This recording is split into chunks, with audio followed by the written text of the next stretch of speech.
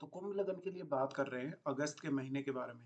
और ये आपको चार्ट अपना नज़र आ रहा है, कुछ इसी तरीके से आपका गोचर आपको दिखेगा जब भी आप गोचर में ग्रहों को अप्लाई करेंगे। यहाँ पे देखिए इन ग्रहों की लेकिन गोचरीय व्यवस्था बदल भी सकती है, जिसमें थोड़े बहुत बदलाव होंगे मंथ के मध्य में। सबसे पहले आगे बढ़ने से पहले हम मंथली जो ग्रहों का गोचरीय स्थिति रहने वाला है उसके बारे में बात करेंगे। उसके बाद देखेंगे कि ये जो आपको प्लेसमेंट विभिन्न भावों में नज़र आ रही है, इसका कैसा प्रभाव आपके ऊपर पड़ सकता है। देखिए, सबसे पहले अगर गोचर में देखा जाएगा तो सूर्य की पोजीशन को देखते हैं। सूर्य 17 अगस्त तक कर्क राशि में गोचर कर रहे हैं और उसके बाद वो कर्क राशि को छोड़कर सिंह राशि में गोचर करने लगेंगे। बुध का गोचर देखा जाए तो ये अब वक्री स्थिति में है, जहाँ वो 10 अगस्त तक कर्क में वक्री हैं और उसके बाद यहाँ 30 अगस्त को फिर प्रवेश कर रहे हैं सिंह राशि में। शुक्र 21 अगस्त तक मिथुन राशि में गोचर करने के बाद वो कर्क राशि में प्रवेश कर जाएंगे। मंगल कन्या राशि में और बृहस्पति मिथुन राशि में गोचर करेंगे, जबकि शनि मीन राशि में अभी वक्री होकर गोचर कर रहे हैं। इसके साथ साथ अगर चंद्रमा को देखा जाए तो चंद्रमा 1 अगस्त को तुला राशि में देखने को मिलेंगे, वहीं राहु का गोचर कुंभ में रहेगा और केतु का सिंह राशि में। तो ये गोचरीय स्थितियां हैं। इसके बाद हम देख लेते हैं वास्तव में ये जो गोचर है वो किस प्रकार का प्रभाव आपके ऊपर डाल सकता है। देखिए, यहाँ सबसे पहले लग्नेश से शुरुआत करते हैं। वैसे आपके लगन में राहु ट्रांजिट कर रहे हैं और लग्नेश आपके दूसरे भाव में ट्रांजिट कर रहे हैं, जो कि अभी वक्री स्थिति में है। तो यहाँ आपको आपके स्वयं को लेकर कहीं न कहीं बहुत ज़्यादा ऑब्सेस्ड देखा जा सकता है।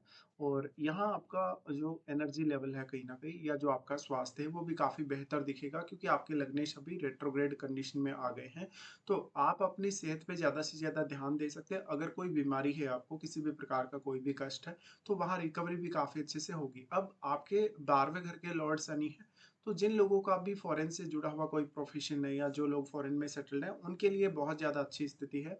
यहाँ पे आपके लिए अर्निंग्स करना थोड़ा आसान हो जाएगा इनके वक्री होने से। साथ-साथ में फैमिली को लेके कोई भी डिसीज़न लेना, अपनी वेल्थ को लेके कोई डिसीज़न लेना या इन्वेस्टमेंट वगैरह करना हो, उसके लिए भी। तो शनि यहाँ आकर वास्तव में आपकी ज़िम्मेदारियों को बढ़ा रहे हैं, कहीं न कहीं आपको बहुत ज़्यादा डेडिकेशन दे रहे हैं, आपको सहारा दे रहे हैं आगे बढ़ने के लिए। और शनि क्योंकि इन दोनों ही भावों के स्वामी हैं, तो इन दोनों भावों के प्रति आप बहुत ज़्यादा सतर्क नज़र आएँगे और इनसे जुड़े हुए आपके जितने भी कार्य हैं, उनमें तेज़ी आएगी।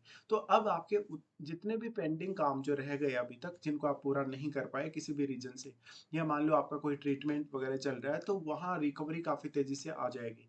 शनि यहाँ है तो फिर शनि दृष्टि डालते हैं 4th हाउस पे, जहाँ 4th हाउस में आपके चार्ट में देखिए कोई ग्रह बैठा है या नहीं। 4th हाउस पे जब भी शनि दृष्टि डालें तो ये घर परिवार का कोई भी काम करने के लिए बहुत अच्छी स्थिति है। कोई प्रॉपर्टी का लेन-देन करना है, घर में कोई कंस्ट्रक्शन रिलेटेड काम करना है, तो उन कार्यों में काफ़ी तेज़ी आएगी। साथ-साथ में ये भौतिक सुखों की तरफ भी आपको थोड़ा अग्रसर करेगा। शनि फिर आपके अष्टम पे दृष्टि डाल रहे हैं। अष्टम पे दृष्टि डालने से यहाँ अष्टम भाव के थ्रू शनि काफ़ी गेन दे सकते हैं, क्योंकि वो यहाँ लग्नेश है। तो यहाँ आपका मेन फ़ोकस कहीं न कहीं अष्टम भाव पे भी रहने वाला है। अष्टम भाव में मंगल ट्रांज़िट कर रहे हैं, तो मंगल यहाँ खुद भी दृष्टि डाल रहे हैं शनि पे। इसलिए यहाँ 2nd हाउस को एक्टिवेट करने के मामले में मंगल का भी आपको सहारा है।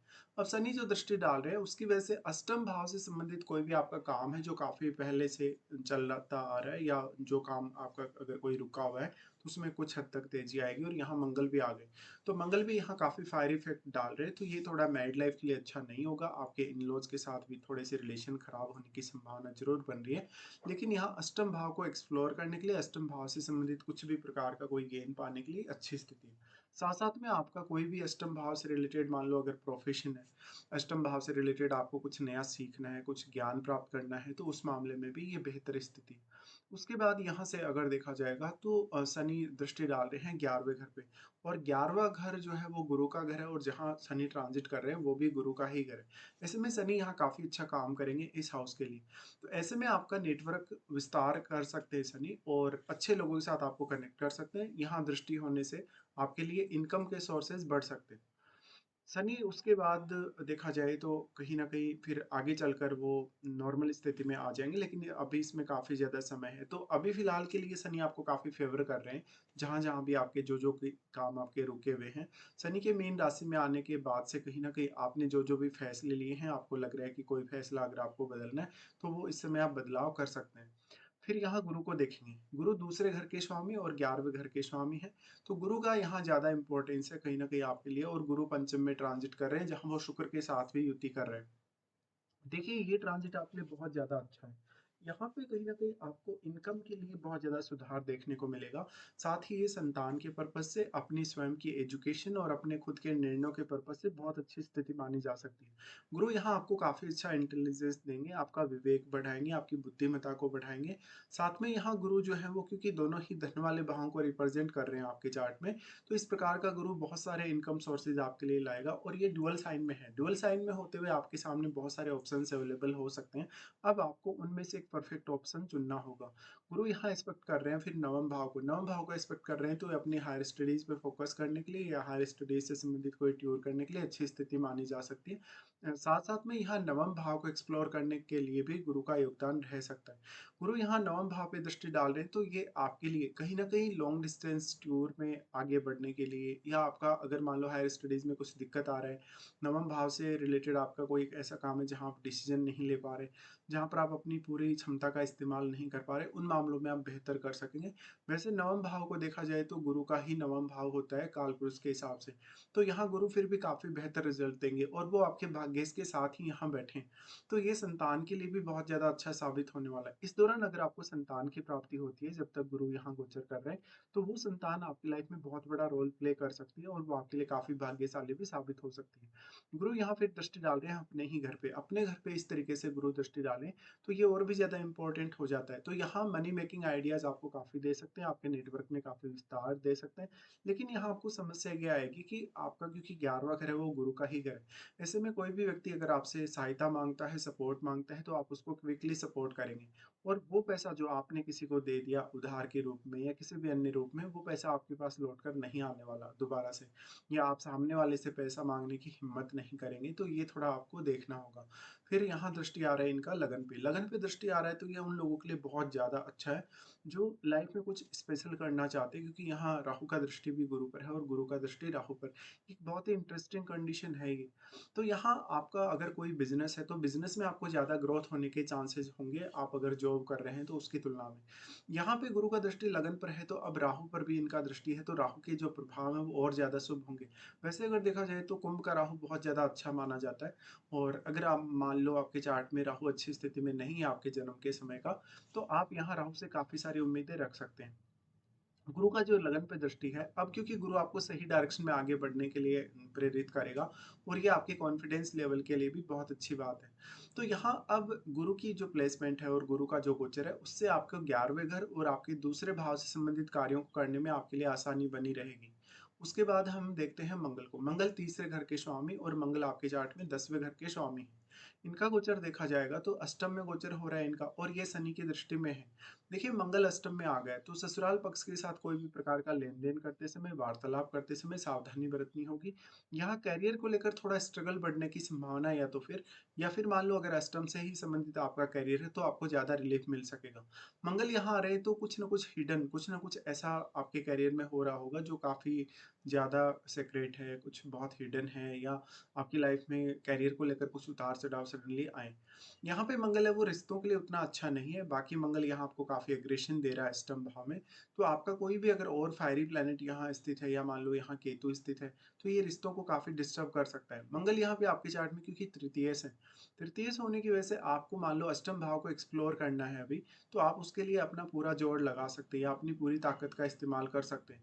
तो अष्टम भाव से आप संबंधित कोई रिस्क भी इस समय ले पाएँगे। मंगल यहाँ से फिर प्रभावित कर रहे हैं आपके 11वें घर को, जहाँ वो आपकी एक्सपेक्टेशन में काफ़ी तीव्रता से वृद्धि करेंगे और यहाँ देखिए गुरु का क्योंकि खुद एस्पेक्ट है और मंगल का भी एस्पेक्ट है, तो ये आपके लिए अर्निंग्स के मामले में बहुत ज़्यादा अच्छा माना जा सकता है। मंगल यहाँ से फिर दृष्टि डाल रहे हैं सेकंड हाउस पे जहाँ शनि है, तो ये इस हाउस को भी काफ़ी एक्टिव रखेंगे और फिर वो तीसरे पे दृष्टि डाल रहे हैं। तीसरे पे दृष्टि जो पड़ रही है, वो आपको हार्ड वर्क करने या मेहनत करने में काफ़ी मदद करेगी। लेकिन यहाँ थोड़ा भाइयों के साथ विवाद या थोड़ा टकराव होने के चांसेस बढ़ जाएँगे। उसके बाद हम देखते हैं शुक्र को। शुक्र आपके चार्ट में 4th लॉर्ड है और आपके चार्ट में वो नवम घर के भी स्वामी है और इनका गोचर हो रहा है पंचम में। देखिए पंचम में मोस्टली जब भी शुक्र आते हैं तो कोई ना कोई लव अफेयर बनता है, किसी और की तरफ अट्रैक्शन होता है। लेकिन यहाँ गुरु साथ है। गुरु साथ है तो आप बहुत ज़्यादा अपनी लाइन भटकेंगे नहीं और सही दिशा में चलेंगे। यहाँ पर आपकी जो इमेजिनेशन है, जो मेनली आपकी क्रिएटिव स्किल्स हैं, वो आपके ज़्यादा काम आने वाले हैं। शुक्र इस प्रकार का जो होगा वो आपको काफ़ी अच्छी क्रिएटिविटी प्रदान करेगा। आपको हर मामले में लगभग जो आपके 4th हाउस रिलेटेड रिलेटेड मामले हैं, चाहे आपके 9th हाउस रिलेटेड मामले हैं, उनमें काफ़ी सपोर्ट करेगा और उनके प्रति आप काफ़ी ज़्यादा सही डिसीज़न लेने के लिए प्रेरित होंगे, क्योंकि यहाँ गुरु साथ है। तो आपको ये कंजंक्शन को बहुत ही पॉजिटिवली यहाँ देखना चाहिए। फिर शुक्र जो दृष्टि डाल रहे हैं आपके 11वें घर पे, ये आपकी अपेक्षाओं में काफ़ी तीव्र वृद्धि करेंगे, क्योंकि धनु राशि पर ये दृष्टि डाल रहे हैं और यहाँ गुरु की भी दृष्टि है। ऐसे में आपको अर्निंग्स को लेकर या मनी को लेकर कुछ बहुत ही अच्छे आइडियाज़ आपके मन में हो सकते हैं, जिनका प्रयोग आप अपने लिए कर सकते हो। शुक्र यहाँ से फिर अपना राशि परिवर्तन कर लेंगे और 6th हाउस में चले जाएँगे। 6th हाउस में गया हुआ शुक्र आपके लिए थोड़े खर्चे बढ़ाएगा, हालाँकि यहाँ आपके कम्फर्ट के लिए उतनी अच्छी स्थिति नहीं है। लेकिन आप अपनी कोई मनपसंद चीज़ खरीदेंगे, जैसे कोई मोबाइल हो गया या कोई और चीज़ ऐसी हुई जो आप वास्तव में अपने लिए परचेज़ करना चाहते हैं मार्केट वगैरह से। तो इस प्रकार का शुक्र कहीं न कहीं आपके लिए डेली लाइफ़ को लेकर उतना अच्छा नहीं है, लेकिन ये आपकी कहीं न कहीं जो आपके खर्चे हैं उनको बढ़ाएगा। आप थोड़ा पैसा खर्च करने का सोचेंगे और ज़्यादा थोड़ा एन्जॉय करने के बारे में भी सोचेंगे। हालाँकि यहाँ का जो शुक्र रहेगा वो आपकी डेली लाइफ़ में आपको थोड़ा ज़्यादा रिलीफ़ देगा। फिर यहाँ आ जाते हैं बुध पे। बुध आपके पंचम के स्वामी हैं और बुध गोचर कर रहे हैं वक्री होकर 6th हाउस में। देखिए, बुध यहाँ सूर्य के साथ भी रहने वाले हैं, ऐसे में बुध आपको काफ़ी मदद कर रहे हैं आपकी डेली लाइफ़ और आपका जो भी डिसीज़न है 6th हाउस से जुड़े हुए उनमें। लेकिन यहाँ पंचम भाव में इन दोनों ही ग्रहों ने यहाँ पर आपको काफ़ी सपोर्ट किया है और ये दोनों ही ग्रह अब आपको आगे भी सपोर्ट करेंगे जब तक ये गोचर बना रहेगा। लेकिन यहाँ जो बुध है उनके 6th हाउस में आने से अब 6th हाउस से जुड़े हुए निर्णयों में आपको थोड़ी सहायता मिल जाएगी और वैसे तो यहाँ सूर्य गोचर कर ही रहे हैं। तो यहाँ पे बुध का आना ये करियर से जुड़े हुए डिसीजन लेने या करियर से जुड़ा हुआ कोई भी प्रकार का आपको कोई बड़ा इम्पोर्टेंट अपने लिए काम करना है उसके लिए बहुत बेहतरीन स्थिति है। साथ साथ में ये लाइफ को मैनेज करने के लिए बहुत अच्छी स्थिति मानी जा सकती है। अब क्योंकि बुध यहाँ अष्टमेश भी है और अष्टमेश होकर 6th हाउस में आ रहे हैं और वो अगर सूर्य के साथ हैं तो अष्टम भाव के लिए भी ये एक अच्छी बात साबित होगी। यहाँ फिर दोनों ही ग्रहों का एस्पेक्ट है 12th हाउस पे, तो जो भी लोग अब फॉरेन से जुड़े हैं, चाहे आप बिजनेस के थ्रू जुड़े हैं या अपना कैरियर फॉरेन में सेटल करके रखें, तो ऐसे में आपको काफ़ी फायदा मिल सकता है। उसके बाद हम आते हैं चंद्रमा पे, यानी 6th हाउस के लॉर्ड हैं चंद्रमा और शुरुआत में नवम भाव में आपको देखने को मिलेंगे। देखिए, चंद्रमा का गोचर बहुत ही ज़्यादा स्पेशल है। नवम भाव में चंद्रमा आ रहे हैं, लगभग ये 1 तारीख को आपको यहाँ देखने को भी मिलेंगे। ऐसी कंडीशन में सडनली कोई लॉन्ग डिस्टेंस टूर का चांस आपका बन सकता है। चंद्रमा यहाँ आ रहे हैं तो ये आपके 3rd हाउस पे दृष्टि डालेंगे, जिससे आपकी इमेजिनेशन में वृद्धि होगी। आप किसी भी विषय को लेके बहुत अच्छे से विचार कर पाएँगे और अगर कुछ आप लिखते हैं, राइट करते हैं, तो भी अच्छा काम कर पाएँगे। चंद्रमा फिर 10th हाउस में आ जाएँगे, जो कि करियर के लिए आपको थोड़ी चिंता बढ़ाएगा। यहाँ पे थोड़ा-सा एग्रेशन कहीं न कहीं आपका जो होगा वो आपसे कंट्रोल नहीं होगा और अपने करियर को लेकर और अपने घरेलू जीवन को लेकर थोड़ा ज़्यादा कहीं न कहीं आप इमोशनल होंगे। चंद्रमा फिर प्रवेश कर रहे हैं 11वें घर में। देखिए, 11वें घर में इनका प्रवेश आपके लिए बहुत ज़्यादा अच्छा होगा। इस दौरान आपको कहीं से कोई बड़ा पैसा मिलना या रुका हुआ कहीं आपका पैसा है वो मिलने की संभावना ज़्यादा रहेगी। इस दौरान अगर देखा जाए तो मेनली आपके लिए जो स्थितियाँ बन रही हैं, पैसे का कोई नया सोर्स आपको यहाँ मिल सकता है। उसके बाद हम देखते हैं यहाँ 7th लॉर्ड सूर्य को। सूर्य के गोचर को अगर आप लोग देखेंगे, तो सूर्य यहाँ पे आपके सप्तमेश हैं और वो 6th हाउस में ट्रांज़िट कर रहे हैं, जो कि करियर में आपको काफ़ी सपोर्ट कर रहे हैं। सूर्य यहाँ लगभग 17 अगस्त तक रहने वाले हैं। 17 अगस्त तक इनकी ये स्थिति रहेगी, तो 17 अगस्त तक के लिए आपकी डेली लाइफ़ और आपका करियर कहीं न कहीं आपके ज़्यादा फ़ोकस में रहेगा। यहाँ पर बट मैरिड लाइफ़ को लेके उतनी अच्छी स्थिति नहीं है, जब से केतु आपके सप्तम में आए हैं और यहाँ सूर्य भी क्योंकि 6th में रहेंगे, तो हो सकता है आप अपने पार्टनर को किसी भी वजह से ब्लेम करते हुए नज़र आएँ या आप अपने पार्टनर को पर्याप्त रूप से समय नहीं दे पा रहे हो। सूर्य यहाँ आ रहे हैं 6th हाउस में, तो ये आपकी डेली लाइफ को थोड़ा आसान कर देगा। आपके लिए अपने रूटीन वर्क या अपने ऑफिस के काम को मैनेज करना थोड़ा आसान होता चला जाएगा इस वजह से। उसके बाद सूर्य आ रहे हैं सप्तम में। सप्तम में सूर्य आएँगे तो ये पार्टनर के साथ काफ़ी विवाद करवा सकते हैं, ये आपके पर्सनल नेम फेम के लिए बहुत अच्छी बात है। लेकिन दूसरों के साथ जहाँ भी आप कनेक्शन में होंगे या पब्लिक के साथ किसी भी तरीके से आप इंटरेक्ट करेंगे, उन मामलों में थोड़ा बेहतर साबित नहीं होगा। तो यहाँ पे आपको देखना होगा कि वास्तव में आपके चार्ट के जो सूर्य हैं खुद वो भी कैसी अच्छी स्थिति में हैं या नहीं है। तो इस तरीके से आपको देखना चाहिए। अब हम आगे बढ़ जाते हैं और राहु केतु के बारे में भी बात कर लेते हैं। देखिए, राहु लगन में है और लगन का जो राहु होगा ये उन लोगों को बहुत ज़्यादा फ़ायदा करेगा, जिनको अभी बहुत ही कम समय में जिनको विदेश जाना है, विदेश सेटल होना है, जो परमानेंट सेटलमेंट के लिए देख रहे हैं या जो अपना करियर फ़ॉरेन में बनाना चाहते हैं। लगभग अभी 1.5 साल तक राहु यहाँ है, 1.5 साल तक के समय के दौरान अगर आपको महादशा या अंतर्दशा राहु की चल रही हो, तो यहाँ राहु का सपोर्ट आपको बहुत ही अच्छा मिलने वाला है। तो आप लोग अगर विदेश विदेश जाना चाहते हैं, विदेश में सेटल होने का प्रयास कर रहे हैं, या बहुत लोग ऐसे भी हो सकते हैं जो लंबे समय से विदेश में सेटल्ड हैं, बट उनका कहीं न कहीं जो पीआर है वो उनको नहीं मिला, तो ऐसे में आपको राहु बहुत ज़्यादा सपोर्ट करेंगे। साथ में ये राहु आपका पर्सनल ऑब्सेशन आपको देगा, कहीं न कहीं खुद को लेकर बहुत ज़्यादा ऑब्सेशन आप में आएगा।